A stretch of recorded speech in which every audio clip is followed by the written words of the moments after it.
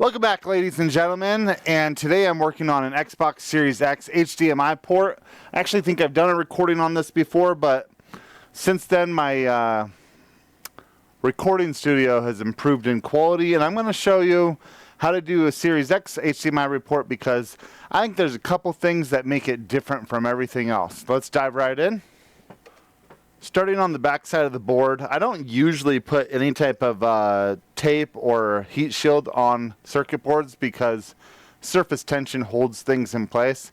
But I will tell you that this little chip right here, which is a BGA chip, and it does, what's it called? You know, it's a booster chip for the HDMI port.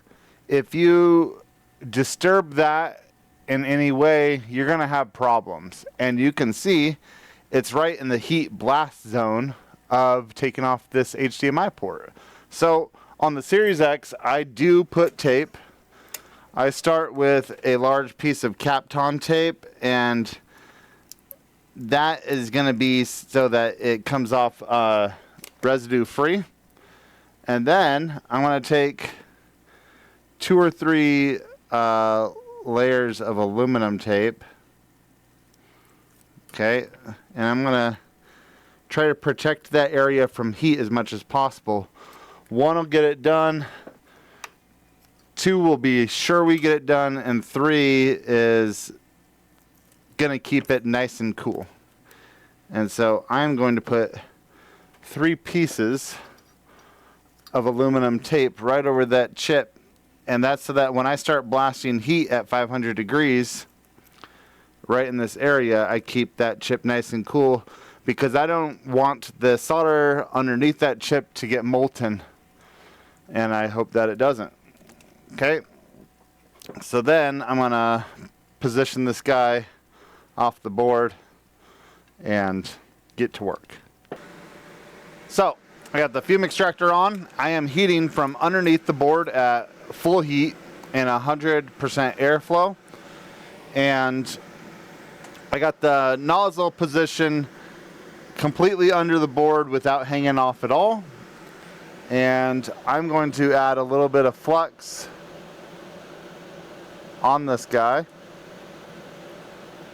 And what I'm going to do, so the thing that makes this different is that there is a piece of glue holding on that port underneath, and so you can't remove it by heat alone.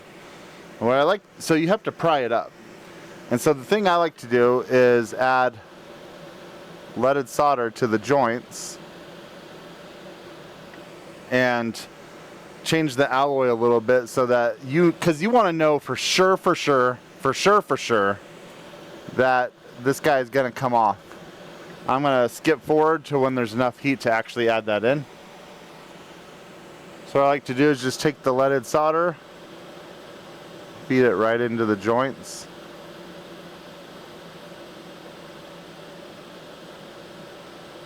Maybe. And these things take so much heat. There we go. Good.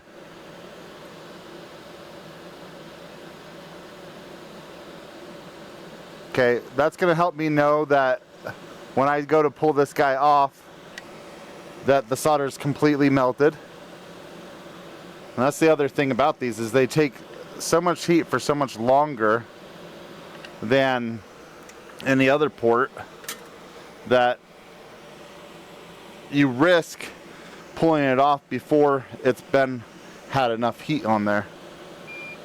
So I'm gonna put some on the pins as well.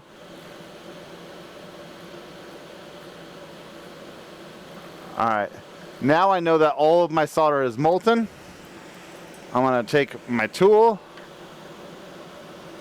and I'm just going to kind of test this a little bit. The worst thing you can do is lift pads. That's just going to create a lot more work for yourself. So, there we go. Alright, see that black dot there? That's the adhesive I was talking about, and I don't like it, so I get it out of the way. Okay, Now I've already prepped all the pads and anchors with leaded solder. So I'm just gonna get that out of the way and get ready to put the new part on.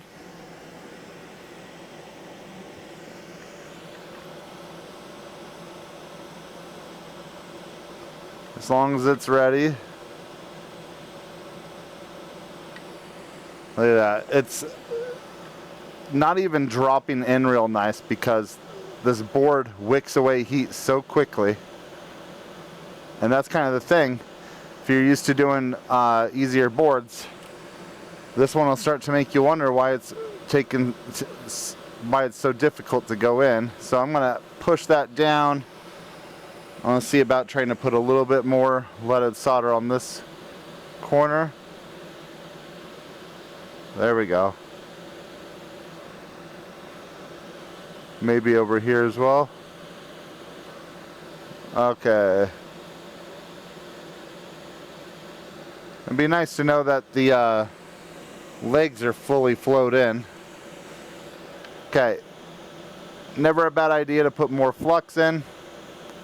Flux helps solder flow evenly, and it also helps things attach. So now I'm going to push that port down, and as I'm pushing down, I'm going to remove the heat,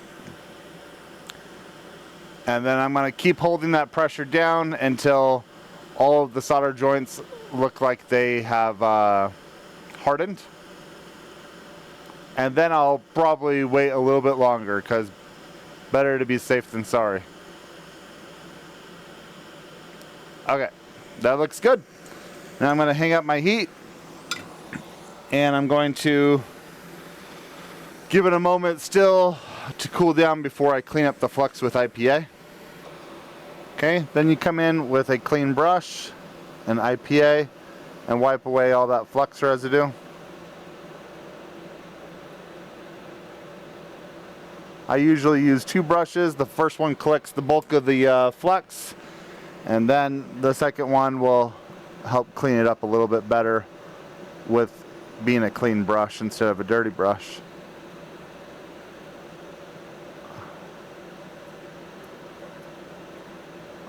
All right, that looks good. Now I've finished my soldering work. I'm going to put this back together. Before I peel that tape off, I am going to wait until the board is cool because, again, there's a lot of components under there. I know at this point none of those components are going to lift off with the tape.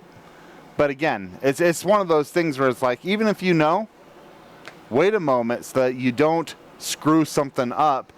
Because if I rip that tape off too soon and I move or shift some of those components, it's going to create a lot of extra time on the workbench to fix that.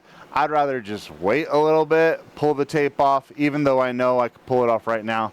But I'll pull it off. I'm going to get this put back together, hook up the console, make sure that it works, and we'll consider this a success. I have no reason to believe that it won't be successful. Let's go. Okay, got this puppy back together. Let's give it a power line. Is this my correct HDMI channel? This one, okay. Plug that in there.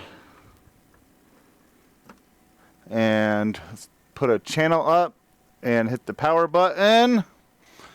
Well, that was quick. Check it out, another successful repair.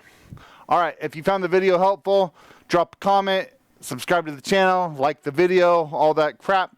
Motivates me to make another video, and maybe the next video will be something that's really helpful for you. Appreciate you. Thank you. Goodbye.